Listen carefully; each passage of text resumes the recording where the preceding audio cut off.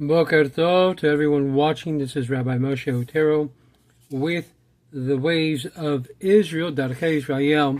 And I want to welcome you this morning because we're continuing this series called Mashiach 6000. And the reason why I call it Mashiach 6000, because obviously we know that by the 6th millennium, Mashiach must be here. If not, this whole thing is Baba Meiser. I don't hold our Torah nor the words of the rabbis. Baba Meiser, just the opposite. It's Emet.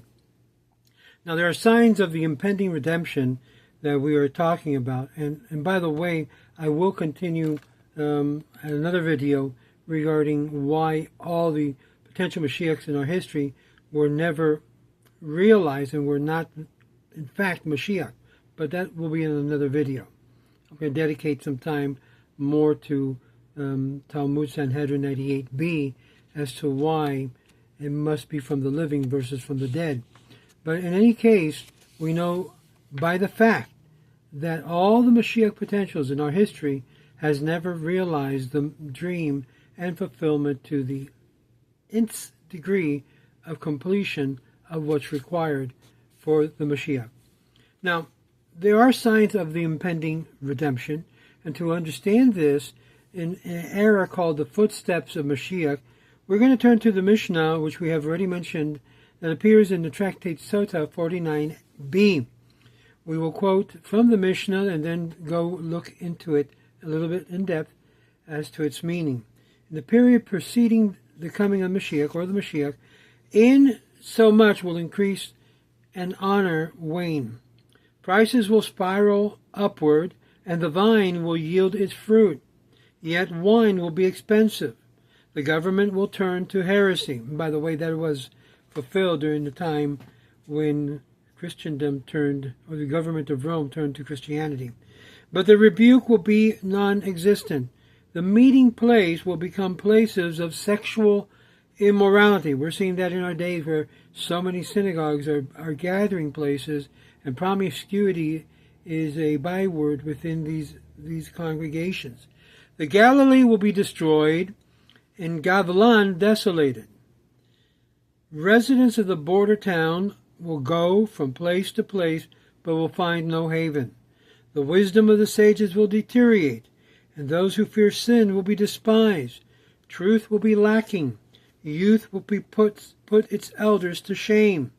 The elderly will stand up for the young, and the son will treat his father disgracefully. Fortunately, this too has come into fulfillment. A daughter will rise up against her mother, and a daughter-in-law against her mother-in-law. And the man's enemy will be the members of his own household. The face of the generation will be like the face of a dog. A son will have no shame before his father. And upon what can we say or rely upon? Upon our Father in heaven. The maladies of society enumerated here in the Mishnah on Sota includes, as we will see, every area of life, from the general to the specific, from the things that are almost the most well-known to the most intimate and sensitive. Let's examine some of these words of the Mishnah in the light of contemporary reality. Let's explain them in section by section and discern how closely they match our today's circumstances. In the footsteps of Mashiach, that is, in the period during the time which people will begin to discern Mashiach's approaching, that's called the footsteps. In other words, in the period directly preceding the Messianic era, like we have today, we see all the signs all around us. Insolence will increase. Disrespect, rudeness, and brazenness will become prominent and pervasive features of society. Yes, my friends, even among the leadership of the Jewish people and politics, that brazenness, that lack of respect that used to be part of our social interaction. People will attach no worth to common courtesy and values. The rude and aggressive person will become the society's model of success. Prices will rise steeply. A paradoxical economic situation will come about. On the other hand, as we will see in the next few minutes, the basic essential commodities will be plentiful. The nations of the world will have many resources. And indeed, Some estimates that today's world consistently produce enough food to sustain 10 billion people, almost double of what it currently needs. And given this abundance, it would be reason to assume that the priced products would be stable, or at least lowered, despite the prices will rise steeply. Rampant inflation is a serious problem in parts of the world, and threatening some of the countries with complete collapse. Still, other nations suffer from widespread unemployment. The world economy is a large extent a state of anarchy. The vine will yield its fruits, and the vine is symbolic of luxury items. Not only will there be sufficient supply of the essential commodities, but even wine, which is considered a luxury, will be plentiful, despite that wine will be expensive. How frustrating it could be. A person sees produce in abundance, so he expects the price of wine to go down, but instead it remains high. And no, it's not because of the tariffs and other luxury will outreach it. The government will turn to heresy, but the rebuke will be non-existent. You can't rebuke anyone without them getting offended or hurt. Political power will belong to the people who deny the existence of God. That's what we've seen in this past 4 years under the Biden administration. Completely arrogant unbelievers pushing certain agendas that go against God and His Word and God and His Torah. In this new era, those who rule will be arrogant and filled with self-confidence. Nor does the term government here refer to only people who hold office. It also refers to any position of leadership as considered a ruler. And this includes even media barons. In other words, media leaders. I'm talking about people like Zuckerberg, people like who owns Google, people like who owns the different social media. The new idols of our time, as they were. They will set the world's daily agenda, and if so wish, war can break out. And if they simply apply pressure, peace talks will start. Any announcer who holds a microphone in his hand can pose a threat to the ruling regiment. The rulers of the world are no longer diplomats or generals, but journalists and speakers, influencers. There's no need for wisdom or education to be part of this ruling clique either. With such muscle plus control of the newspaper and the media outlet, a person can become all-powerful, and there will be no rebuke. In other words, fair public criticism has disappeared. If journalism, the watchdog of democracy, and represents only the vested interest, who is left to admonish those who pervert justice? There were once a group of people of stature who rose to the occasion. They fearlessly spoke the truth before the leaders and before the public. They were outstanding and honest and fair. They could not be bribed. Not anymore. They were outstanding, non-political, and their interest was not in the financial area, but for truth and justice. But those personalities are gone. Now they belong to the past. Meeting places will be a place for sexual immorality. Licentiousness has never had such an official sanction in a place where it is today. Even in the religious world. Nowadays, moral bounds that once held society together has been broken up. Anything goes, no matter how extreme and respectable a people feel out of the place, and they don't pretend to approve of what's going on. In other words, we are living in a time where immodesty and all forms of licentiousness basically surrounds us, which throughout history has been a mark of dignity and has lost its value, no doubt. People no longer think that the common decency demands a suitable clothing. You can see the majority of this even on different social medias, and some basically just approaching people without being invited in order to solicit things that you would never see before. In the area of mass media and advertising, this is true. What was once considered disgraceful is now considered perfectly legitimate and okay. What intelligent people once considered disgusting has now become part of mainstream culture and society. a must for everyone to hear. Under the rubric of modern art, you can now present a display of garbage and call it art. Imagine a painting that was basically a banana put onto a canvas was bought for about $2 to $3 million. And later the artist took the banana and ate it, just to show the irony of such a culture. This is contemporary state of affairs in literature and all various media and all areas of human endeavors. The lack of awareness, the things that have spun out of control, is the strongest sign of deep social distress and destruction. There's another way to view this. The meeting places will be for sexual immorality. When we talk about a meeting place, we are usually thinking of a dignified location where people convene to discuss important matters. Any responsible body engaged in public affairs meets from time to time to review the past and to formulate plans for the future. Those who are engaged in medicine and law and politics gather periodically out of a sense of a public responsibility to learn from the past and increase efficiency and productivity. But in the period prior to the Mashiach's coming or arrival, the sense of responsibility will degenerate to the point that any payoff will be able to subvert the proper function of any sector of society. We're seeing that now as Elon Musk is looking into the levels of fraud and subversion by big people. I mentioned one of them yesterday, where we have a person named George Soros, who was basically a destroyer of Jewish lives during Nazi Germany, who had basically reaped billions of other Jews' money by taking them and possessing from them. We see he's doing the same thing, destroying society by putting money into the destruction of even Tesla Automotive. Yes, my friends, there's been traced that he's been pushing that people and inciting people to destroy Tesla Automotive. Isn't there any repercussion in today's society for such violent, depraved individuals like George Soros? Isn't there any level of pay from Shemayim to him?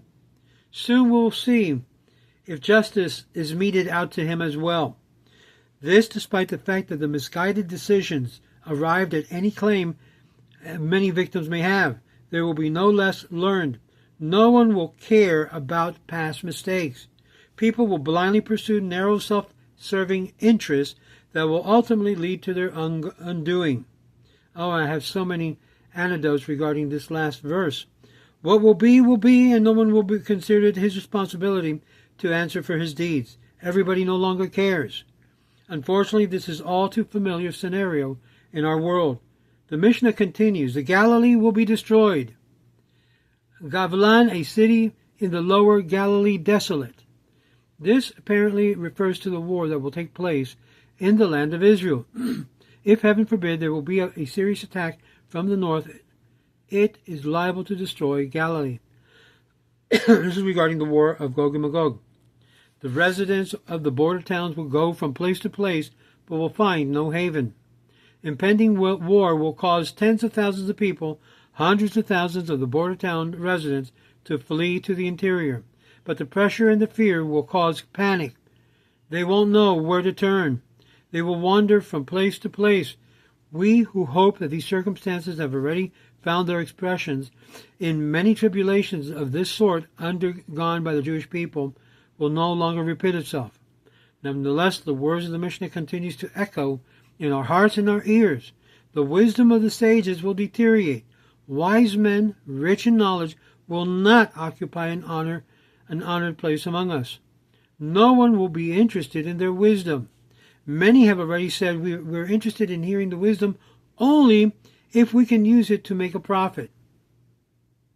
Heard that before? People will no longer admire a wise man unless he can bring them financial or political gain. And let me say this, today's teachings in many of the different circles, you will not hear Torah necessarily, but philosophies of psychology and other financial prospering messages. In other words, being a live coach, it becomes more important than being a rabbi or a teacher of Torah truth. Just turn on any Jewish YouTube channel and you'll hear the same thing. It's the positive message. It is the psychological message. It is psychology. It is the positive be rich schemes that they're now teaching around the world. Yes, even in Jewish circles. Those who fear sin will be despised, and no longer will moral or ethical persons be looked up to. Truth will be lacking. The word for Mishnah that uses the word for lacking is ne'ederet. It's related to the word for flock, eder. Fashion will dictate that each man has his own truth. Everyone has his own halakha, as it were. The outlook, more than anything, leads to an absence of objective truth. A person is certain that a country started a war for just cause only to find out that the real motivation was economic interest or interest to take possessions of land. Soldiers will be killed in droves just because some politician has a political problem. Society will suffer inestimable damages in the absence of recognition of basic, unchanging, and absolute truth. Thousands of illusory and conflicting truth damage the inner health of society and leads to its collapse. Contemporary society is in genuine crisis. Even today, whoever seeks justice, truth, and purity has to wander far and wide, finding a small patch of truth in one spot before moving on to search for more. Perfection? The sum total of truth and virtues will disappear. It is easy to see both meanings in the word ne'ederet, expressed in our times. Lack of truth, herd-like mentality, sheep, bah, like we saw in the past 4 years. Youth will put elders to shame. The elderly will stand up for the young. No special effort is needed to understand this statement. If a society neglects the most fundamental values, and the results are not long in coming, without respect and manners, without values, it is only natural that the young should be ashamed, or should shame and laugh at and ridicule the elderly. As a matter of fact, I was commenting with a rabbi how even among our own people they make fun of statements that basically a people's name, which you should respect. Calling a person Amalek because the person's name had been to be Malek. This is completely not correct, improper, and indicative of our society today. None of the young people stand up for him, though in the past there were people who didn't stand up for and give seat to the elderly person. At least they were ashamed of themselves. Today there's no shame. They pretend not to see. They turn their eyes away. Nowadays the elderly can keep on standing, sometimes even asking people to get up from their seat, and even then they won't. A son will treat his father disgracefully. I don't want to talk to you anymore, and begin slurring all types of curse words at him without even deserving it. And even if they did say something that perhaps deserved a reply, we were taught to honor your father and your mother so that your days are prolonged. A daughter will rise up against her mother, a daughter-in-law against her mother-in-law. And not too long ago, they were still trying to conceal the crisis in education and the rise of violence among the youth. They tried to cover up the damage caused by declined parental authority. Today we have a word for a lot of this going on, even among the Jewish community. It's called parental alienation. You don't know what parental alienation is? Look it up in Google. It's when one of the parents takes the other parent to court and purposely malalign that parent with things that you have never have seen before, utilizing the children as, you might say, puppet to go put them against the other parent. In other words, how does it set up? And you can look it up in any Google or search engines. Parental alienation has become the way where women could take control of the child take possession while accusing the other parent of either child abuse or physical abuse, and then the courts intervene. They put the restraining order, they do the investigation, but if they found them that there was nothing that he has done wrong, they don't repair, they don't reconciliate. No. It still remains as a cloud over that person's head.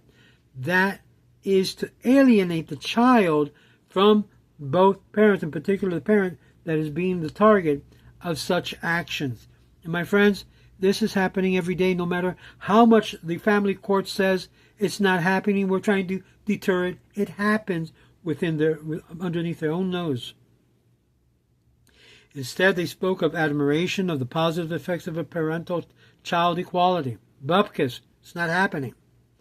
Now, though, when some parents have become indentured servants of their children, in a generation in which parents no longer have the right to voice their own opinion, when school violence have reached epidemic proportions, when teachers spend much of their time protecting themselves from the whims and the attacks of their students, it is no longer possible to explain the way of this phenomena and sweep it under the rug. A son will treat his father disgracefully. A daughter will rise up against her mother. This, my friend, is called parental alienation, lack of respect, lack of kavod, Abba ve'ima. And we see these words coming true before our own very eyes in a way that makes us shudder. A man's enemy will be members of his own household.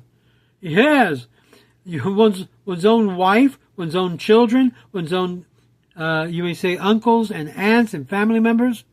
They will be the ones that will be destroying the family unit. Here is the description of the breakdown of the family unit. This seems to be the cruelest price to be paid for pluralism and permissiveness. Gone is the warm, stable family framework that provides a person with self-confidence and happiness, and builds a family hierarchy and creates an island of tranquility and stormy sea of life outside. There was once a time where the family would basically provide that warmth to the child being brought up. One of the worst things that we see in society is divorce. And today's divorce, you'll see that everywhere. It's become so customary that it is unusual not to see it happen. In a way, you have to prepare children to be able to affront or deal with the results of divorce. How many divorce homes have taken place not only in Jewish family, but even non-Jewish family, which used to be the very bedrock of a strong society, and now has become very weakened. Annually rising percentage of marriage that ends in divorce shows us how deep the crisis is. 75% of all divorces is initiated by the woman who has child with the man, and then goes into the parental alienation that I mentioned to you about. There has never been a widespread phenomenon of willing dissolution of family as it is in today's standard. Among the general population of the United States, almost 1 in every 2 marriage ends in divorce. By the way, this was written many years ago, and that is not true. It's almost like out of every you have like a good 30% chance of keeping the marriage. Among Jews, the rate is 1 in 3. That's what I'm saying.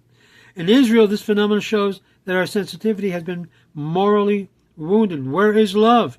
Where is commitment? Where has the brotherhood disappeared to? Some begins their married life after the rights that have been protected through a legally binding prenuptial document. Can love possibly flourish in such a circumstance? A man's enemy will be the members of his own household. They're the first ones to say, dump that man. He's no good. He's this, he's that.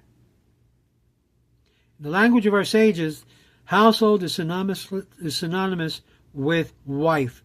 The dark forecast of the past has become today's reality. The husband has become the greatest enemy of his wife and vice versa. The difficult situation leaves an effect on children. And it's our children that now suffers the consequences of a broken home. And we're talking about broken homes that really could have been repaired with counseling and good tools to be able to keep it together. There is no respect for parents anymore. There is no education. My father is not going to tell me what to do. I'll kill him. It's usually some of the reactions, violent reactions, even from religious children. My mother can't tell me what to do and where to go. I am the owner of my own life. My parents aren't going to decide where I have to go to school or who I'm going to marry. Let them give money instead, plenty of it. But heaven forbid, should they voice their opinion, out of my life. This situation, unfortunately, is exactly what was foretold well over 1,800 years ago. A son will treat his father disgracefully, and woe to the mother that encourage such behavior. A man's enemy will be the members of his own household. The face of the generation will be like the face of a dog. What does it mean, the dog? I have a beautiful dog. We call him Papi. He's a pug. And I see this because when I don't give the dog what he wants, he'll start barking. Face of a dog could tell a lot of how he feels, of how he's reacting to the owner. Face of a dog in this context refers to that barking element, that element of aggressiveness, that element that I'm gonna knock your block off. They are the ones who are supposed to lead the nation, but they act like dogs. A dog walks a few steps ahead of his master and makes it look like he's the one in the lead. But in reality, he keeps looking behind to make sure that he's going the right direction. A leader who conducts is governed by the latest polls has no backbone. We've been led in the past 4 years with leadership that has no backbone. And all of a sudden they get a leader who has a backbone, who has a mission, who has a purpose to achieve in the country, and we call him an arrogant, we don't like him, and they begin to attack him because he has a backbone. He knows where he wants to take this nation to. And this is why there's so much hatred, even from the Jewish left against Trump. Something that I've been calling on the Jewish community to stop, because the most of them are leftists in their mindset and in their behavior. A leader whose conduct is governed by the latest poll has no backbone. You see this happening also in the rabbinical world. They have no backbone. They have no right and wrong. They can't stand on a moral principle without being, you might say, talked to, that if you don't change your direction, we are going to get rid of you. And the board makes a vote, and guess what? Rabbi's out of a job. Unemployment. He lacks the courage of intellectual honesty to set out his strategy on the basis of his own belief and understanding without the support of that week's poll. Parties rise and they fall, but the basis of nothing but polls. People are not elected because of their ability, but because of their standing in the polls, where they raise a finger to see where the wind is blowing. And this has become the leadership of today. How many rabbis, how many leaders do you know that when they see they have to take an action to protect a fellow Jew, they don't do it? Rather, they stab them in the back, and rather they basically betray them by speaking behind their back. They are not frontal. And those who are frontal, you respond, and all of a sudden, the honor of this other rabbi. My friends, this is the generation of the dog-faced people. They have no ethics. They have no standard of morality. And those who do, they get basically thrown to the dogs, as it were. As long and terrifying description, the Mishnah concludes, upon what can we rely on? And this reply tells us everything. And it demonstrates that our need to have complete bitachon Hashem. Upon our Father in heaven, seeing that it's transpiring, all this is transpiring, both within the home and outside, the person wants nothing more to do but return quickly to what is good, what is pure, what is tranquil, and what is truth. He wants to reconnect with his value, his stability, his peace, the wholesomeness of the family life, the wisdom, the education, order, and responsibility. By the way, all of this is very discouraging for a person wanting to become part of a community, because you see that very, very within communities that are destroying the communities from within. I mentioned to you some time ago the anecdote of a local rabbi who basically every Shabbat he would go into a drunken state. He would begin, saying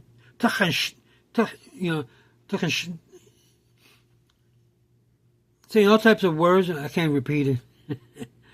But saying, kish and tuchas, and all of this vulgarity. Right there as he's completely drunk out of his gourd. And it wasn't Simchat Torah, and it wasn't Purim for him to be in a state of drunkenness. And I say drunkenness, completely disorder. And then grabbing the tuchas of women walking by, slapping them. No wonder he was kicked out of the shul. That's not the way you behave. These individuals behave as behemoths that they are. Completely loose from all types of restraints of morality. And this is what our Torah tells us was going to happen, even within the synagogue realm. I can also tell you stories of how groups of rabbis some years ago would used to go to strip clubs. Yes, strip clubs. Nothing was said. Nothing was ever rebuked upon them because they would not receive any rebuke. And this is the status. God help us if this continues. God forgive us if this continues. But this was the status some years ago in the Jewish community. And you ask yourself, where have we gone wrong? We have gone wrong by transgressing against God and His commandments.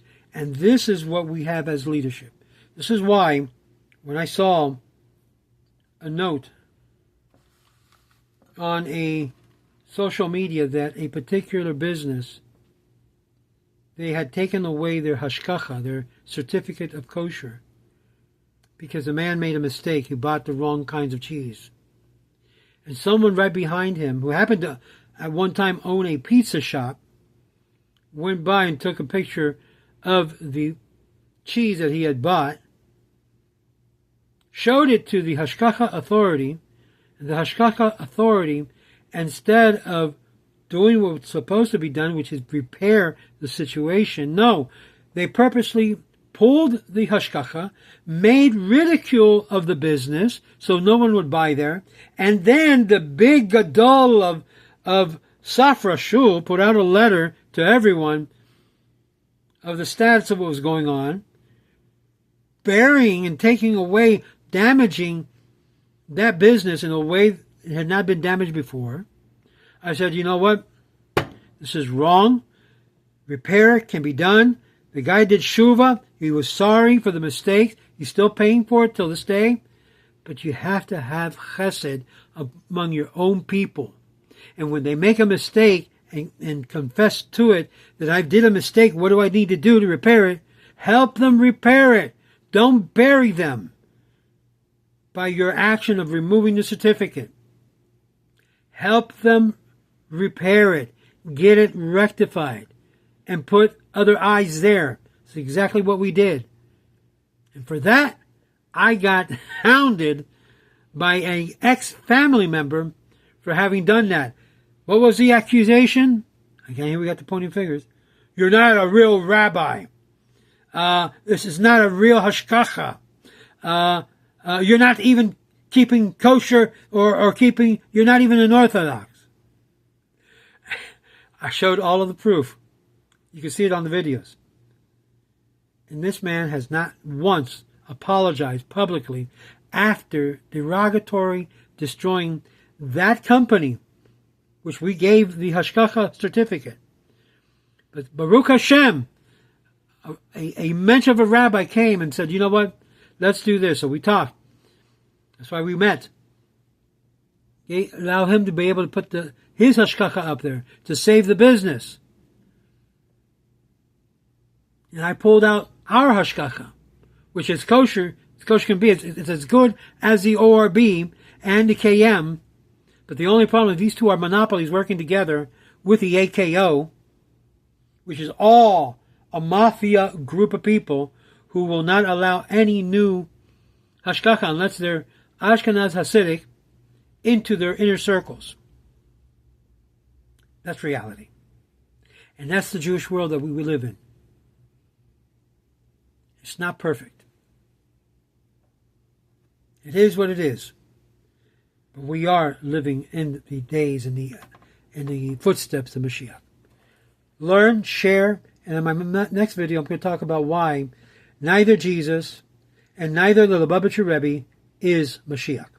Shalom, shalom.